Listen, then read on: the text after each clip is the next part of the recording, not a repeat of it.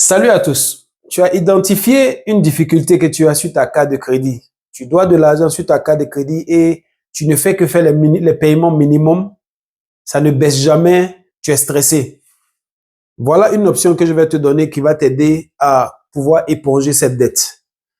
Ce que tu veux faire, tu veux pouvoir trouver dans tes ressources financières, est-ce qu'il y a des postes de dépenses que tu peux diminuer pour pouvoir dégager de l'argent qui va aller pour payer cette carte-là en plus? C'est-à-dire, quand tu as une carte de crédit, il y a le montant minimum qu'on te demande de payer chaque mois. Et plus longtemps que tu vas rester en train de payer ces montants minimum, pendant longtemps, tu vas te retrouver toujours dans le même stress parce que, en réalité, le montant minimum que tu payes, ce n'est qu'une petite partie de ce montant-là qui va pour le principal, c'est-à-dire pour le crédit lui-même. Tout le reste, ce sont des intérêts. OK? Si tu as des difficultés pour savoir comment l'intérêt est calculé, tu peux me faire signe, je vais t'expliquer plus clairement en message. OK. Donc, si tu as décidé maintenant de éponger la carte, tu veux d'abord trouver dans tes revenus, est-ce qu'il y a des dépenses que tu peux supprimer dans tes revenus pour te permettre de dégager de l'argent supplémentaire pour pouvoir ajouter juste ce que tu payais déjà pour ta carte de crédit pour pouvoir vite aller pour payer cela. Mais pour pouvoir suivre cette étape-là, c'est que tu as besoin de faire, tu as besoin d'une paire de ciseaux et tu as besoin de la carte elle-même. Tu veux te débarrasser de la carte si tu décides d'aller sur ce chemin-là. Parce que pendant que tu es en train de repayer la carte, tu ne veux pas être tenté à les réutiliser encore. Sinon, c'est un peu comme si tu fais un pas en avant, un pas en arrière. Donc, en réalité, tu ne bouges pas.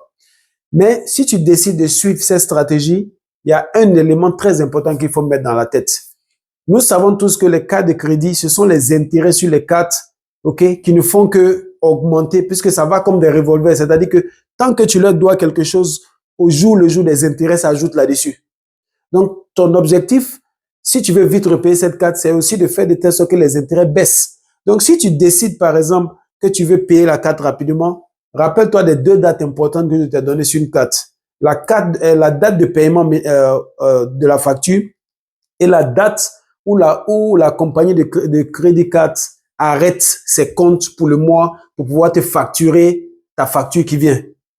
Donc, tu veux pouvoir travailler sur cette date-là. Parce que c'est à cette date-là, la société de carte de crédit va vérifier combien tu leur dois et ils vont faire maintenant leur calcul pour voir ce que tu dois payer comme facture.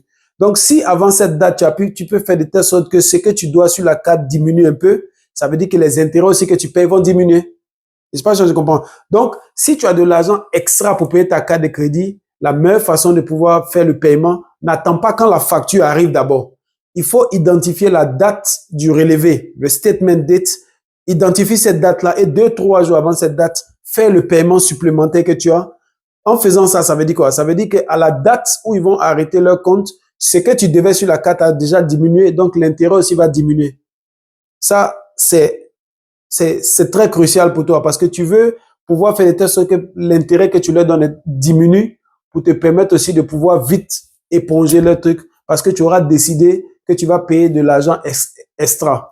Si dans tes budgets, maintenant, tu n'as pas pu dégager une partie pour avoir de l'argent, c'est simple. Il te faut trouver une autre activité que tu peux faire qui peut te donner un certain montant que tu vas dédier directement à éponger cette carte de crédit, mais tout en te rassurant de faire le paiement avant toujours la date la date du statement, la date du relevé.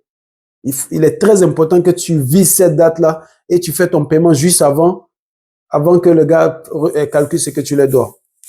Moi, merci jusqu'à la prochaine vidéo où je vais maintenant te donner une autre stratégie pour te permettre aussi de payer ta carte plus rapidement.